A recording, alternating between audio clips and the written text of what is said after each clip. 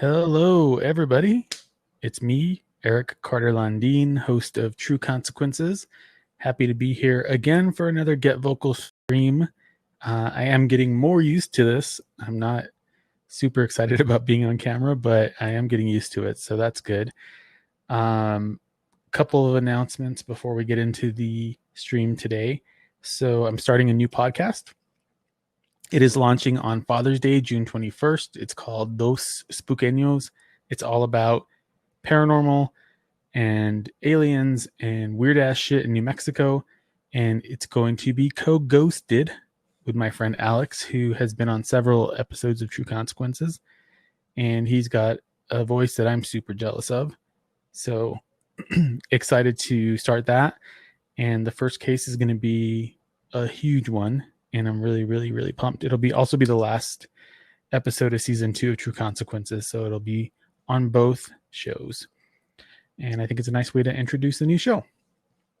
If you're watching on Twitter, if you're watching on Facebook right now, and you want to participate in the Q&A and you want to ask some questions, I am not going to have a very easy time monitoring social media. So you might want to get on over to Get Vocal. You can either go to getvocal.com on a computer, or you can download the app onto your iOS or Android device and just search for True Consequences. You can find the stream there, and you can jump in here and participate. Excuse me. So this is going to be a different stream for me today. It's going to be challenging, I think. I have a bunch of questions that people have sent in advance, and I want to thank them for that. I don't know if I'm going to take the full hour tonight. So hopefully people have other questions that they can ask to keep this going, because but we'll see if I have enough. So for those of you watching that aren't familiar, I'm going to give a little bit of background about my story and about my brother's story. When I was 6 years old, my brother, he passed away. He died. And it took us a while to figure out what happened, but eventually it became clear that my stepdad was responsible for his death. And this happened 33 years ago. So you can do the math and figure out how old I am. But it's something that has always haunted me. So old. Thanks, Fern. It's something that has always haunted me my entire life. And I've also felt very powerless about the entire situation, because there was never any justice for my brother. The person responsible was never charged. They never went to prison, never went to court. And there's always been this lingering cloud over my family and over me about the whole situation. And so the show that I started, True Consequences, was really born out of a way to honor Jacob, my brother, and to honor his life, and to honor the fact that he didn't get a voice. He wasn't able to speak up for himself, and the fact that he doesn't have justice. And so the biggest mission, if I had a mission with this show, is really to provide a voice for those people in my state who are in this situation. Family members who have lost a loved one to violence and have yet to receive justice. And unfortunately, it happens a lot more than it should here. So I'm trying to change the conversation. I'm trying to have a conversation, first of all, and I'm trying to talk about what we can do to fix this. So my brother's case is pretty intense. I have to give a trigger warning. It does involve child abuse. It involves a bunch of other horrible things, and some of that isn't okay for people to listen to, and that's okay. I'm not mad about that. I would just say that if you're that person, do some self-care and don't listen to this. But for those of you that can handle it, I think it's an important story to tell. And Fern from Evidence of a Crime is here in the live stream, chatting here. And I really want to say thank you, Fern, for being the first podcast besides myself to share Jacob's story. The way you did it was so beautiful and respectful. And I'm so grateful and I'm so proud of that episode. I can't thank you enough. It means so much to me what you did. So there's going to be some more episodes coming out from other people. I'm very excited about that. There might even be a Get Vocal stream with somebody to talk about the case. That's not this stream. It'll be another one. So we're starting to see some traction and starting to get some media out there. And yeah, we'll see how it goes. I'm hoping that we can get somewhere. I don't know where that is. I don't know when we'll get there. But I can't continue to be powerless in this situation. I have to do something. So that's where I'm at. Thank you guys. And hi, Lisa. I see you. Thanks for joining. Hopefully your mom's with you. Tell mom I said hi. So Lisa's one of my, I'm going to say oldest friends because you're old. I've known Lisa for a very long time. And she's been very supportive of me from the beginning. She was there when I started talking about this, and she's still there as I continue talking about it and not stopping talking about the podcast. So thank you, Lisa, and thank you to your mom for being so supportive of True Consequences. Okay, so the people that are here right now have all asked questions, but if you guys have other questions while you're here, if you think about them, you can either jump on, grab a spot, or you can ask a question in the chat. Again, if you're on social media, if you're on Instagram or if you're on Twitter, not Instagram, Twitter or Facebook, come to Get Vocal. You'll be able to participate. I'm not going to be able to monitor what's going on social media. I'm not very good at multitasking. I have like extreme ADHD and I'll just not be able to function. So, okay, so let's start with the questions. And I didn't list who gave questions, but I want to shout out to Mel, to CJ, to Lisa, to Fern, to Ariel, to my friend Edna, to my friend Emma. I mean, just so many people have asked questions, and I'm very grateful. Some of these are going to be very hard for me to answer. I'm going to give it my best shot. So the first question is, how old were you when this happened? I gave myself a softball. I was 6. I was 6 years old when this happened. I do remember all of it. I remember a lot, actually, from that time period. I remember my mom leaving my dad. I remember pretty much all of that. It's kind of crazy. I remember going to California with my dad. But yeah, I was very young. I was still in kindergarten. Somebody asked me, this is Edna, asked me to define justice. I just want to say that I hate this question so much. Because it's such a hard question to answer. Justice for me, I think, means that the person responsible for killing my brother doesn't get to live his life without any consequences. So whatever that looks like, I know that I probably wouldn't be happy with any sentence that was given to him. And if you hear somebody yelling, I'm sorry, my son's playing Xbox in the other room there. So hopefully my mic's not picking that up. But justice for me is hard to define. It's hard to wrap my mind around where I am and where my mom is right now in this situation, in the sense that we haven't even had a day in court. So I'd like to start with saying the beginning of justice for me is having that day in court. And then some sort of accountability. But I don't know.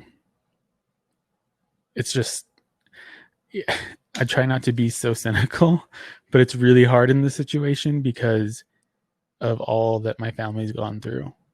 to not be cynical about the justice system in this state.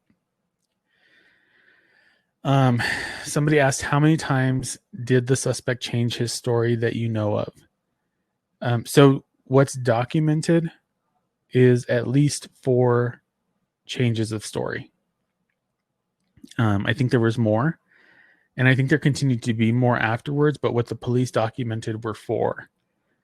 The first story was that Jacob was being fussy, that it was almost time for him to go to bed, and that this person decided to place my 9-month-old brother on the couch so that he could go take care of some cassettes that he was dubbing.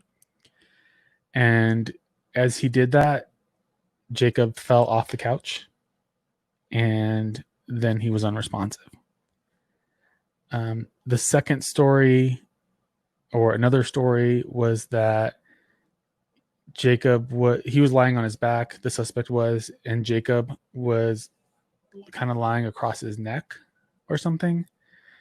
And then Jacob started choking, and he got up really fast, and he hit his head on the suspect's chin. There's another story that involves Jacob like choking, and then the suspect picked him up, and his head might have hit the arm of the sofa or the chair.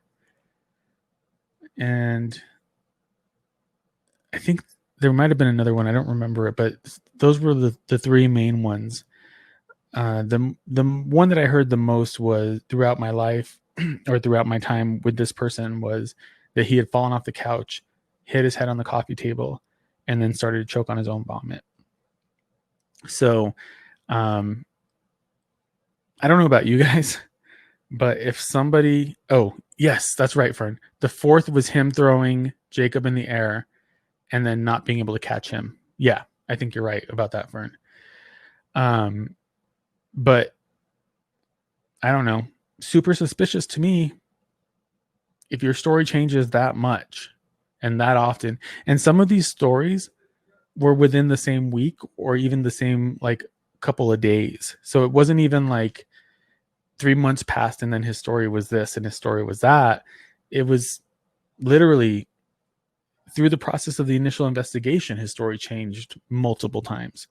What he told the doctor versus what he told the state police versus,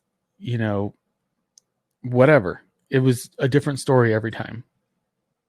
For me, that's very suspicious. Can you outline, okay, so this is similar. Can you outline your stepfather's story as to what happened and how the evidence counteracts what was claimed? So one of the things, hello, Kelly, thanks for joining. One of the things that, there's just no way, according to the autopsy, according to the doctor who worked on Jacob, there's no way that the stories that he gave would have caused the injuries that Jacob had. It's just not possible. The things that this person described happening would have been more sharp force trauma, and Jacob suffered from blunt force trauma to the head. So it's not possible that his stories would result in the injuries that Jacob had. The other thing is he failed a polygraph. He failed 2 questions. And basically, I think they asked, Fern, help me remember because I'm terrible right now. I think they asked him if he intentionally hurt Jacob or if he hurt Jacob. I'm blanking on what those questions were, but basically he failed the polygraph. The autopsy contradicts everything he said. There's just no way that his stories could have done what happened to Jacob. Did you intentionally hit him? Was the first question. Thank you, Fern. And he said no. And then they asked him if he hit him before he went limp, and he said no. He failed both of those questions. What happened between 1992, when he was arrested, and 2005, when the cold case review was filed? Ooh, yeah. So 1992, if you listen to the episode about Jacob, the first one, and if you listen to Fern's episode today, was right after he was trying to groom my cousin, my 13-year-old cousin, for sex, for molestation, for child abuse. And my mom found out about it and left him. And that's when she filed and went to the police department, filed, for an annulment. She got a protective order. And in that process, they started looking into the case again. And this is 5 years later, 5 years after Jacob died. Excuse me.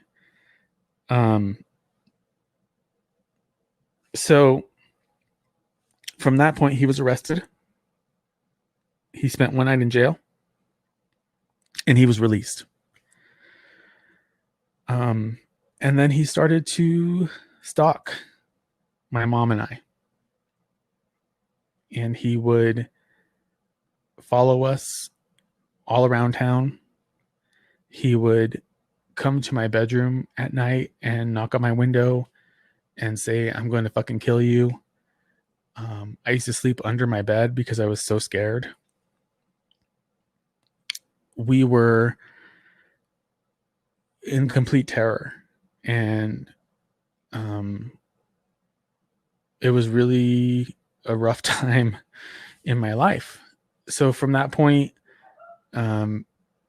we had kind of felt like maybe there wasn't going to be anything that happened, because the DA accused my mom of changing her story, and he said he's not going to prosecute. And my mom didn't change her story. We can get into that in a little bit. But between 92 and 2005, we'd kind of given up hope.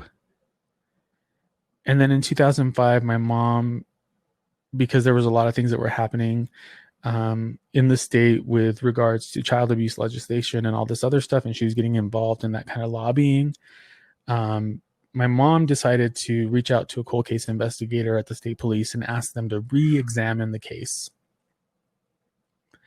And this cold case investigator did. He picked up the case. He started re-examining it.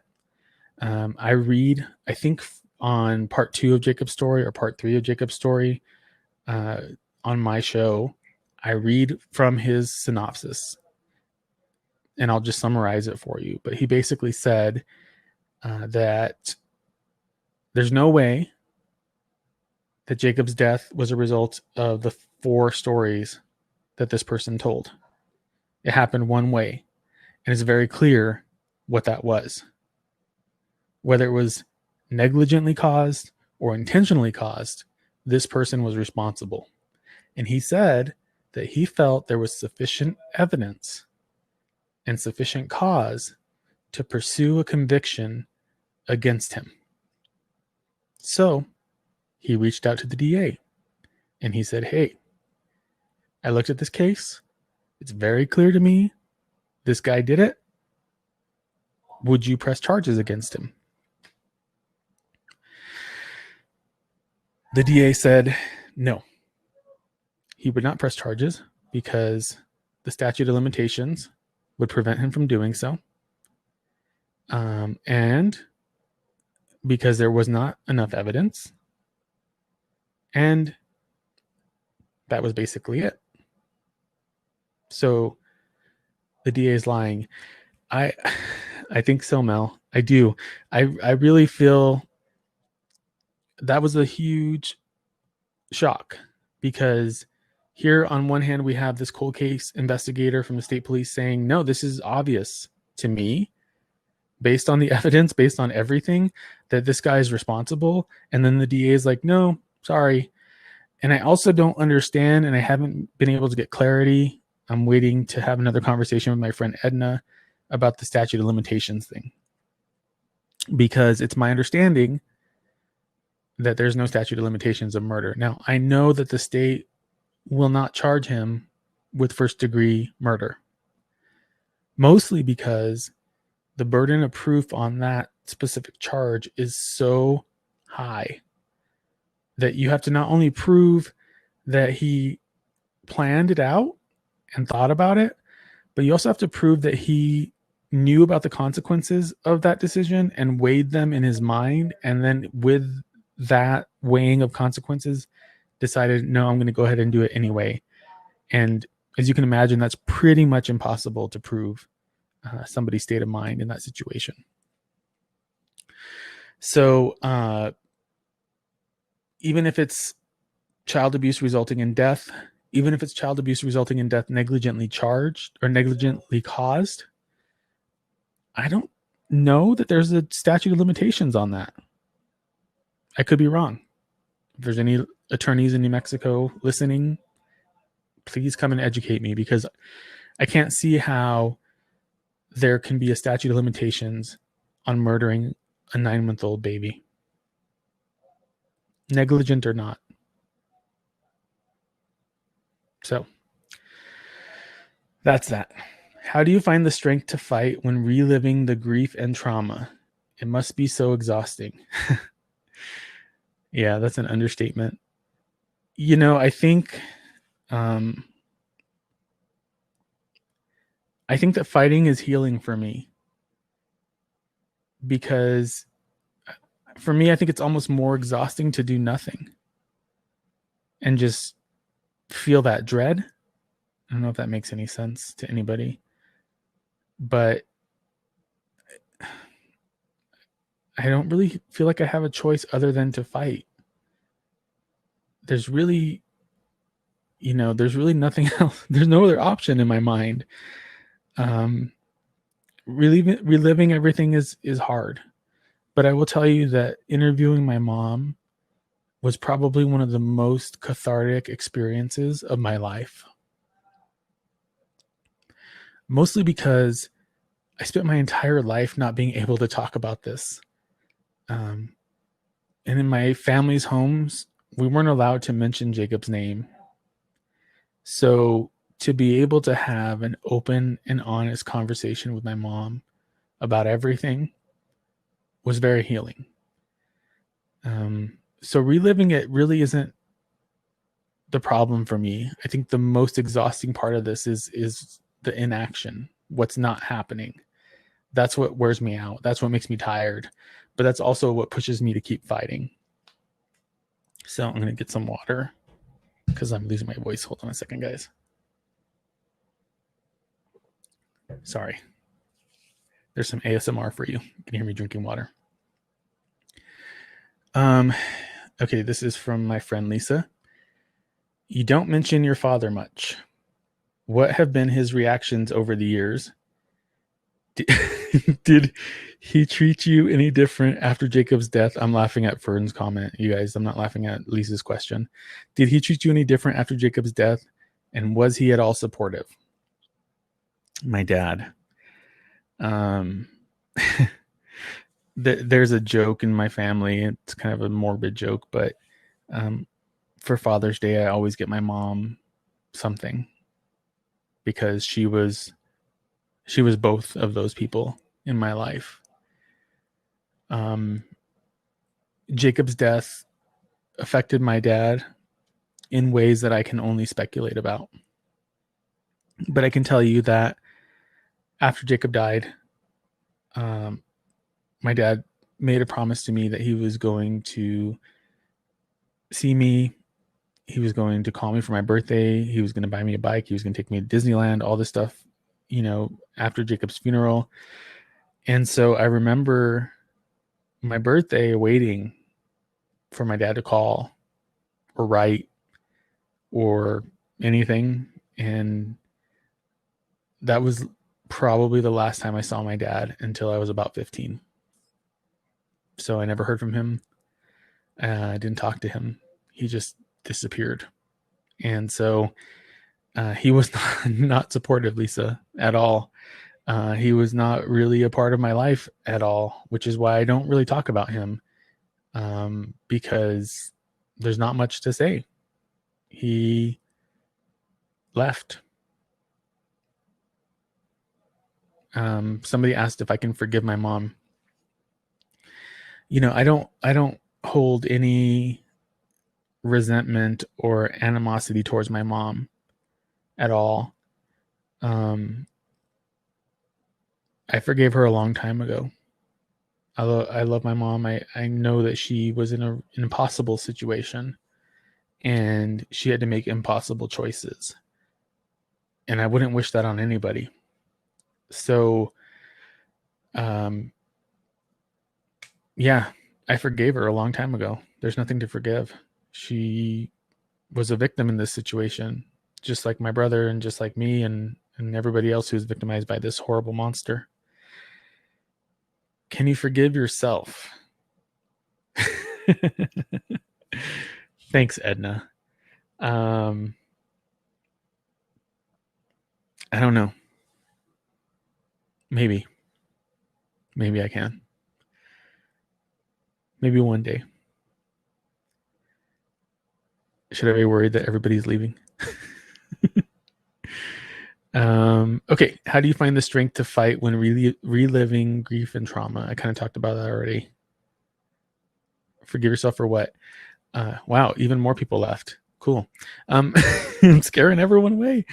For what? There's a lot of guilt, Fern, about being blamed. There's a lot of guilt about not being there when Jacob needed me.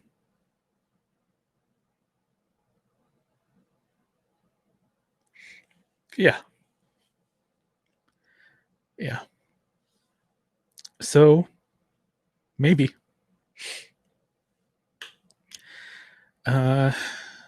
Has your mom listened to the episode with Edna, and what was her reaction? Yeah, she listened to most of it. She listened to it unedited. And I think she listened to both episodes with Edna, actually.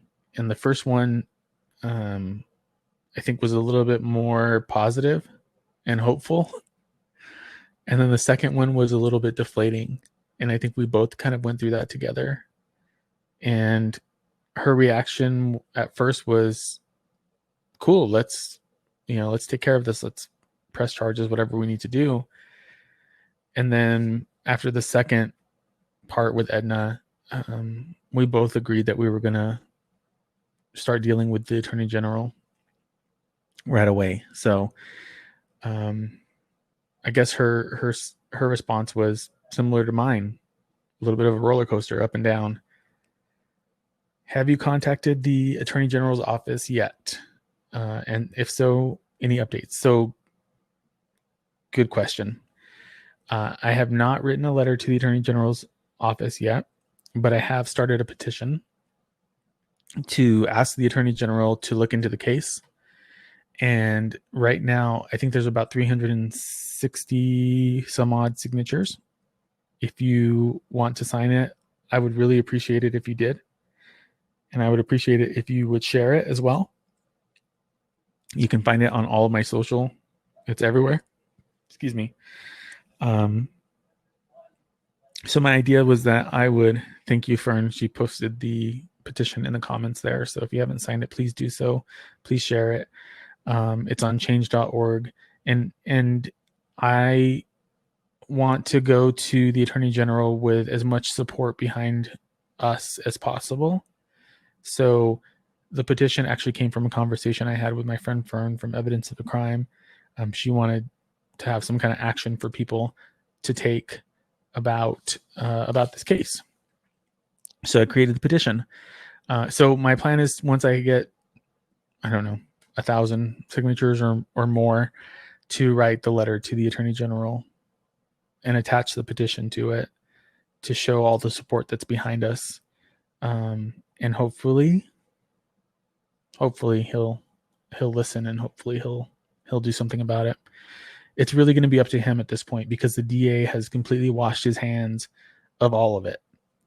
He's unwilling and just stubbornly unwilling to do anything about it.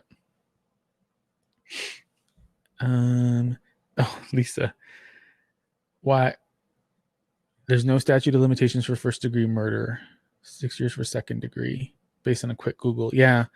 I still think it's going to be child abuse resulting in death, Mel, just because of the way they charge things here in New Mexico. And I'm not sure in 87 what the statute of limitations was for that. So I don't know. CJ, when you asked why, were you talking about why the DA's washed his hands of it? Is that the why you're asking? That's a very good question. I don't know.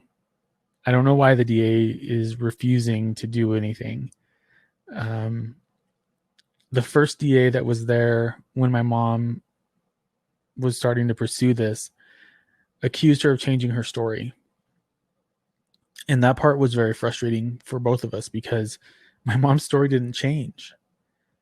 If you read the case file, the story at the beginning was the police asked my mom if she felt this guy had the potential to do this to Jacob. And she said, I don't think so. Then we fast forward 5 years later after she married him and was nearly strangled to death and was beat on a daily basis. And he starts grooming my cousin for his own creepy sexual fantasies. Now her story is, yes, absolutely 100% he's capable of doing this because he's proven it. Before that, prior to Jacob's death, he was the nicest guy. I mean, he was like so charming and so friendly and so nice and so like anybody would have liked him.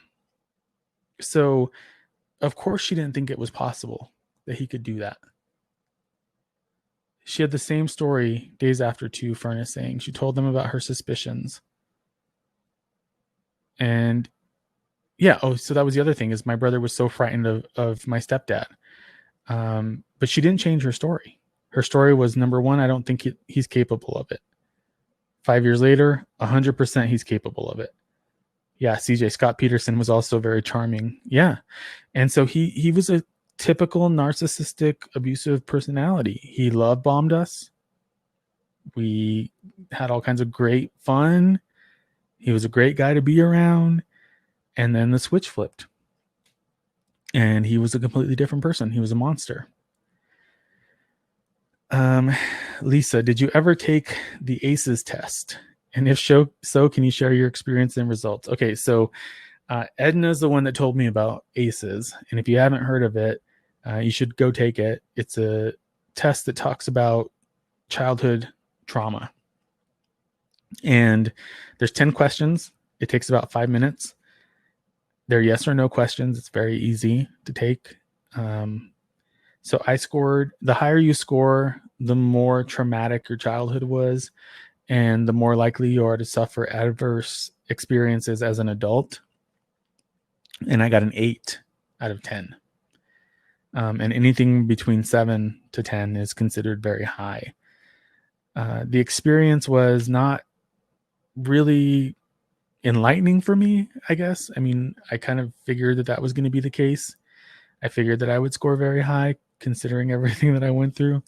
But it was just interesting to see where I was on that scale. So yeah, 8 out of 10. And if you guys have other questions, you can grab a spot, you can ask questions. You can ask more questions in the chat as well. Let me just make sure here that nobody's asking questions on social media. It doesn't look like it. Okay. Cool. How has sharing your story changed your life? Or how have you changed was another version of that. sharing my story has really opened me up in a way that I was not expecting. I might get emotional, guys. I'm sorry. Fern will tell you I cried like 5 times when she was interviewing me. And Lisa can tell you that I cry like all the time. So,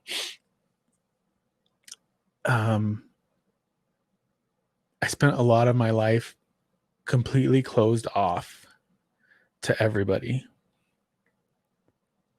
because I was convinced that nobody would want to be my friend if they knew what happened to me.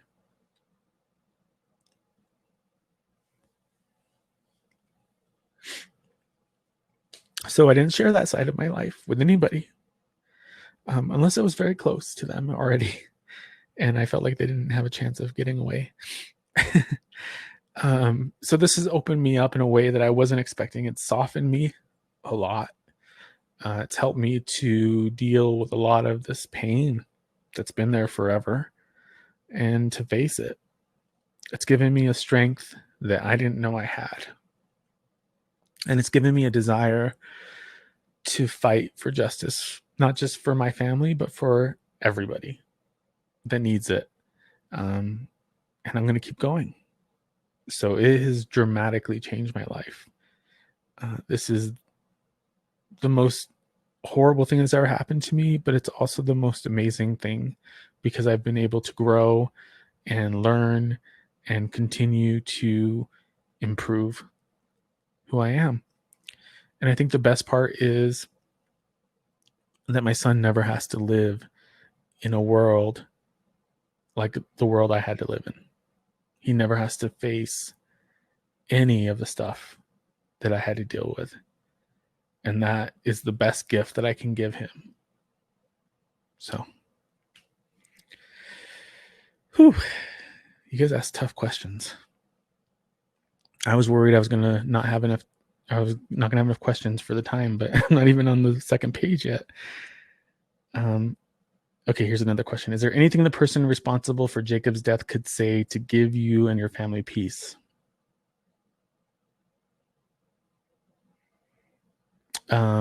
Take me to jail? Yeah, that would probably do it.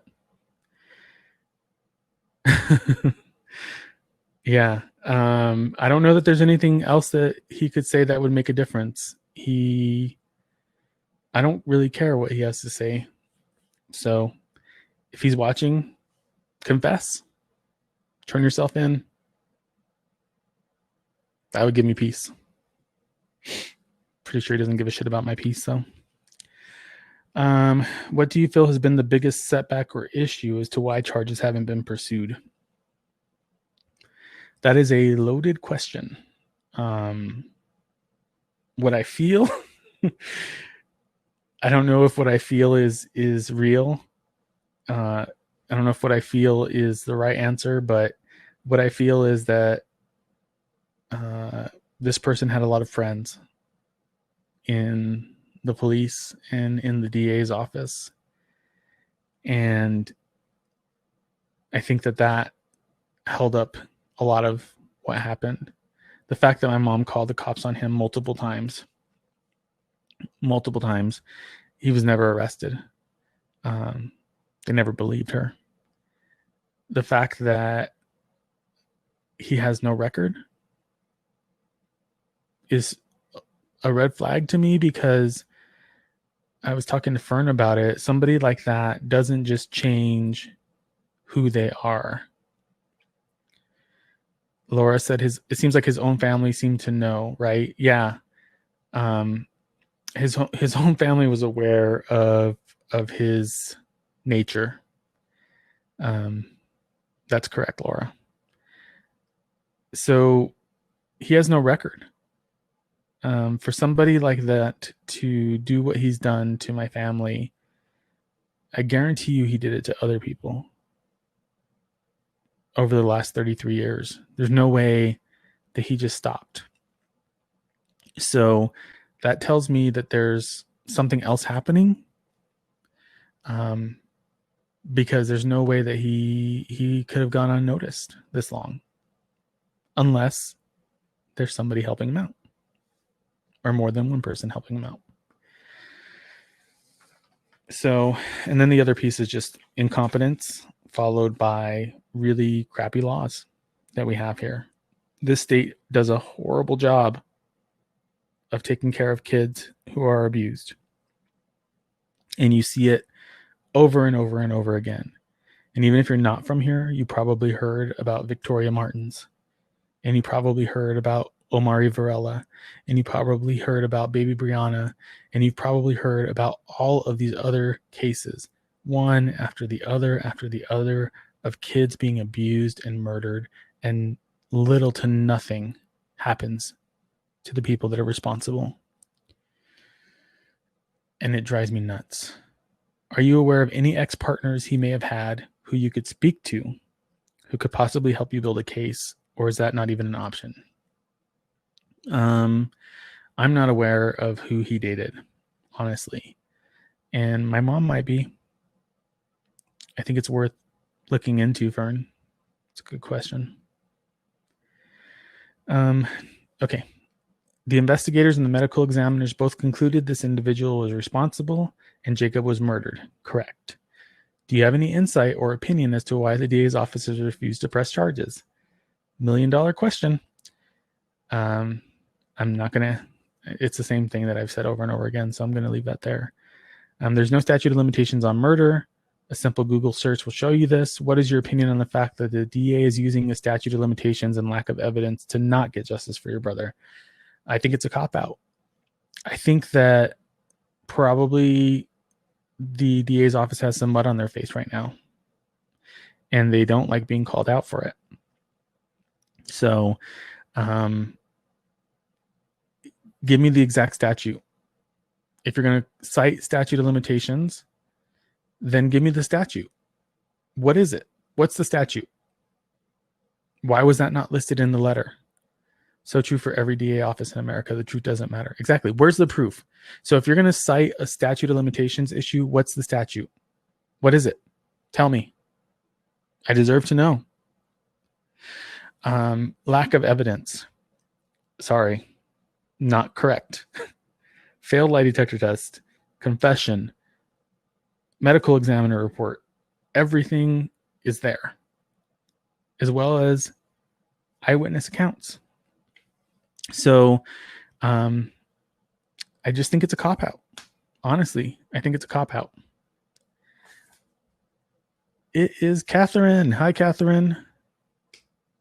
It's who he knows. I think you're right, CJ. I think it's who he knows. Catherine is a patron. Hi, Catherine. It's good to see you.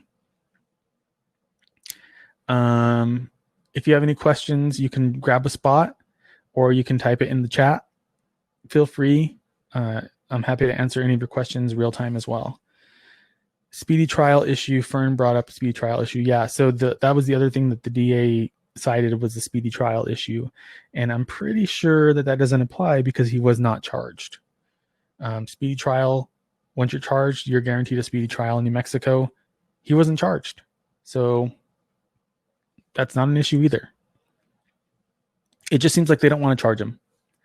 They don't want to pursue it. And the other thing I learned that was very frustrating for me was the fact that prosecutors get to decide what cases they try. That, for me, especially with kids, like if a child abuse case comes across your desk and you're a prosecutor, there should be no question whether you should charge it or not, even if you can't win. And that like whole politicization, can't say the word, of the legal justice system is disgusting to me, because it's about what you win. That's what matters for prosecutors, because if they want to get ahead, if they want to move up in the ranks, then they have to win cases. And so if they don't feel like they can win a case because it's too hard or too complicated or something they don't want to deal with, they can just say, I'm not going to charge it. It just sits on their desk and it goes away over time. And that's wrong, in my opinion. Okay. Any questions from the audience? Check social media. I have more questions here. I just want to make sure I'm not missing anybody. Okay. Oh, here we go. There's a bunch of people talking on Facebook. Why is New Mexico's justice system so far behind, and what changes would you like to see? I don't know why the justice system is so far behind. I don't know. I don't know the answer to that question. I think there's a lot of things working against us in this situation, like the fact that we're very defendant friendly in New Mexico. I think that needs to change. So defendant rights are almost prioritized over victims' rights, and that's wrong. So I think the first step would be to change that narrative. The second thing would be to change the narrative of allowing prosecutors to try cases in their head. That needs to go away, especially as it pertains to children. Stop it. That should not be an option for prosecutors. I think there should be legislation passed that says if there is a child who's being abused, you are compelled to try that case. 100%. Have I approached the governor? Not yet. Laura, one big thing I am most angry with about this case is they say lack of evidence, but the most relied upon evidence is forensics and scientific. The pathologist negates his story 100%. The hand of someone much bigger than Jacob. Has this ever been argued and discussed with detectives? The detectives are on our side, Laura. That's the most frustrating part, is that cold case investigator is on our side. He agrees with us. It's the DA. The DA is the problem. So if the DA is not on board, then there's nothing we can do, which is why I'm going to the Attorney General. That's my only other option right now. And then maybe the governor, CJ, to your point. All right, let me see what other questions I have. It's not behind, it's corrupt. Yeah, I agree with you, Anne-Marie. Hardly ever presses charges. DA is lazy and passes the buck. Someone saying that their son's murderer was never charged either. The prosecutor said they can't win, so no thanks, not going to charge it. Victims have no rights. Hug a thug laws. So this is just people on Facebook. And victim advocates are a joke. Yeah, it's horrible. It's horrible the way that victims are treated in this state. In fact, my mom was treated with more scrutiny than this suspect, which is baffling to me. People have been convicted on much less. I agree. Okay. Given the brutality of injuries, what was the explanation investigators gave to conclude it was an accident? They didn't conclude it was an accident. Nothing concluded that it was an accident. That was just the DA believing my stepdad. Considering how violent and dangerous your stepfather is alleged and proven to be, why was your mom's change of story not taken with more gravity? I don't think she changed her story. I think that going from I don't think he's capable of this to he's proven himself capable of this. Okay, I guess we can call that a change of story, but it's also a change of circumstance, right? But why don't they take any victim seriously is the bigger question, I think. Why do they believe the suspect as opposed to the victim? That's the problem. I'm going to try to get to all of these before time runs out. Taken into account that a witness statement had changed and given all other evidence, how did the DA determine that there wasn't enough to prosecute? I've already kind of answered that, so I'm going to move forward. Jacob was given an autopsy but not photographed on scene. How did the police explain this? As I understand, any suspicious death is to be treated as a homicide until proven otherwise. So I think that the problem was that at first it didn't look like a suspicious death, and he wasn't dead right away. He went unconscious, and so they took him to the hospital, and then they airlifted him from Socorro to Albuquerque. And there was no scene investigation because at that time it really wasn't seen as a potential crime scene. And then afterwards, I don't know why they didn't go back. And I don't know if they did or not. I didn't see any photos of the scene, so I don't know if there are any that exist. So to answer your question, I don't have an answer. With the petition that is now going around, once the signature requirements are met, what are your hopes for the Attorney General's office? My hope is that the Attorney General opens the case and looks into the corruption in Socorro County, whether it's the police or the DA, but also that they charge this person and hold him accountable for what he's done, because he should not be able to live freely after killing somebody. It's just absurd. It's completely absurd. He confessed. Like, I don't know what else they need from him. What else do they need? They had a confession. How are they even to discard documents from a case that is still open? That's what makes me so mad. So much of the case, detective said he couldn't find because the documents were lost or discarded, but it wasn't even closed at that point. Yeah, so the cold case investigator said that there were a lot of things missing, including recordings of conversations, interviews. All of those things are gone. Nobody knows where they are. So if you weren't suspicious before about a cover-up, maybe you should be now. It's insane. No one fights with the victim. I agree with you, Anne-Marie. I'm trying to keep a track on Facebook. It's really hard. If you guys come to Get Vocal, you can participate. If you don't get the results or answers you would like from the Attorney General, what do you feel you can do to change the injustice done to Jacob? Well, I can't change what happened to Jacob, but I can fight to change the laws in this state. So if the Attorney General refuses to do anything about this, then I will work with every fiber of my being to advocate for law changes, for legislation changes that are meaningful, that are victim focused, that ensure that child abuse cases get tried no matter what. If I can't get justice for my brother, then I will make sure that no other family in this state goes through what my family went through. And that's a promise from me. As long as I'm alive, I will fight for that. And that's all I can do. That's all I can do, because there's nothing else to do from that point. Hopefully that was a good answer for whoever asked that question. What are the next steps towards bringing justice for your brother? The Attorney General, hopefully he'll do that. If not, maybe I will go to the governor, CJ. We'll see.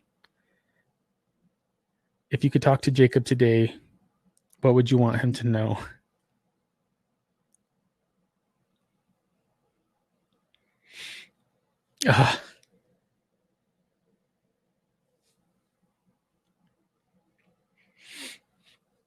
Sorry, guys.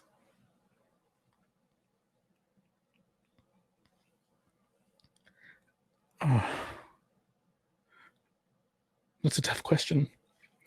I would want him to know that I love him. And I miss him.